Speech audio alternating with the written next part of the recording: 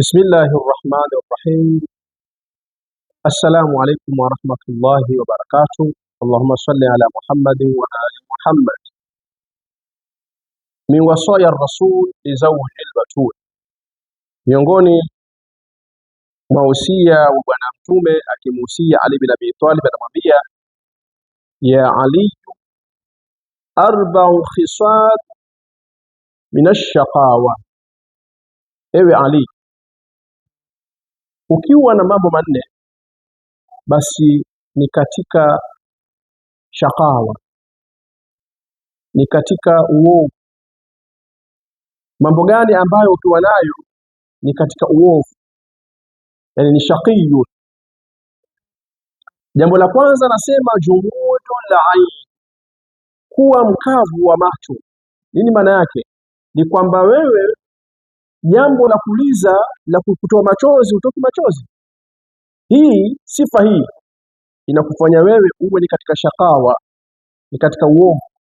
Jambo wewe, kuna watu wanajisifu kwamba hata babangu akifa, mama akifa, mke wangu, mwanangu, wala sili. Yani namna alivyokuwa msusuavu wa moyo kiwango cha kwamba jambo la kumliza yeye hata apate msiba wa vipi, tatizo gani, wala hali, na anajisifu. Kwa hiyo hii imamu anaambiwa na bwana mtume, sifa hii ni katika shakawa, ni katika uovu. Jambo la pili akamwambia waqasawatul qalbi, na kuwa msusuavu wa moyo. Yani kila unachoambiwa wewe, yani ukaambiwa masuala ya mawaidha, ukaambiwa darasa hili, maana yake ni kwamba wewe wala kujali, moyo wako umekufa. Kwa hiyo alama hii ni alama ya uovu. Ukiambiwa darasa hili hacha, hili alifai, moyo wako utikisiki, kila unachoambiwa unaona jambo la kawaida tu. Hii ni dalili ya qasawatul qalbi, au ni dalili ya shakawa, ya uovu. Dalili ya pili ni moyo kufa.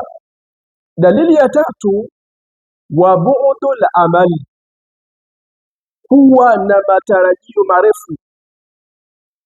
Yani mtu kawa wewe matarajio yako ni kuishi miaka 100, hufanyi mema yoyote, hujajali na chochote, lakini ukiamini kwamba utaishi huko mbeleni, nitafanya mbeleni miaka 50, miaka mingapi.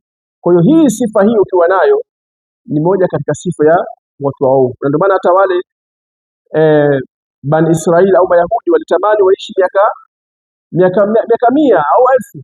Yaani walitamani hivyo waishi miaka 1000 kama Qur'an inavyozungumzia. Kwa sababu gani? Yaani walikuwa na mambo ambayo wakiyafanya mabaya. Kwa hiyo wanatamani angalau wapewe muda mrefu. Sasa mtu ukiwa na bu'du la amal, matarajio ya muda mrefu, maana yake ni kwamba wewe ni katika uovu, kwa sababu huwezi kujua kwamba utafika ule muda. Huo muda utaupata kuishi muda huo. Jambo la 4 wa hubbul baqa, kupenda kubakia duniani. Yaani mtu apende kufa yeye.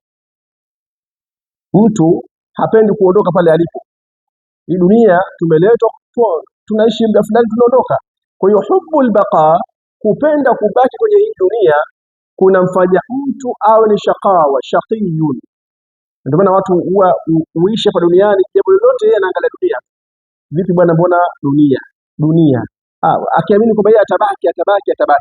Kumbe la sivyo. Kumbe sifa hizi zinamfanya mtu awe na shaqawa, awe ni muovu. Sifa ya kwanza, Imam Ali anaambiwa na mtume kwamba ni jumudul ain, macho yako kuwa makavu, mtoke na machozi kabisa katika jambo lolote la msiba halikutikisi wewe.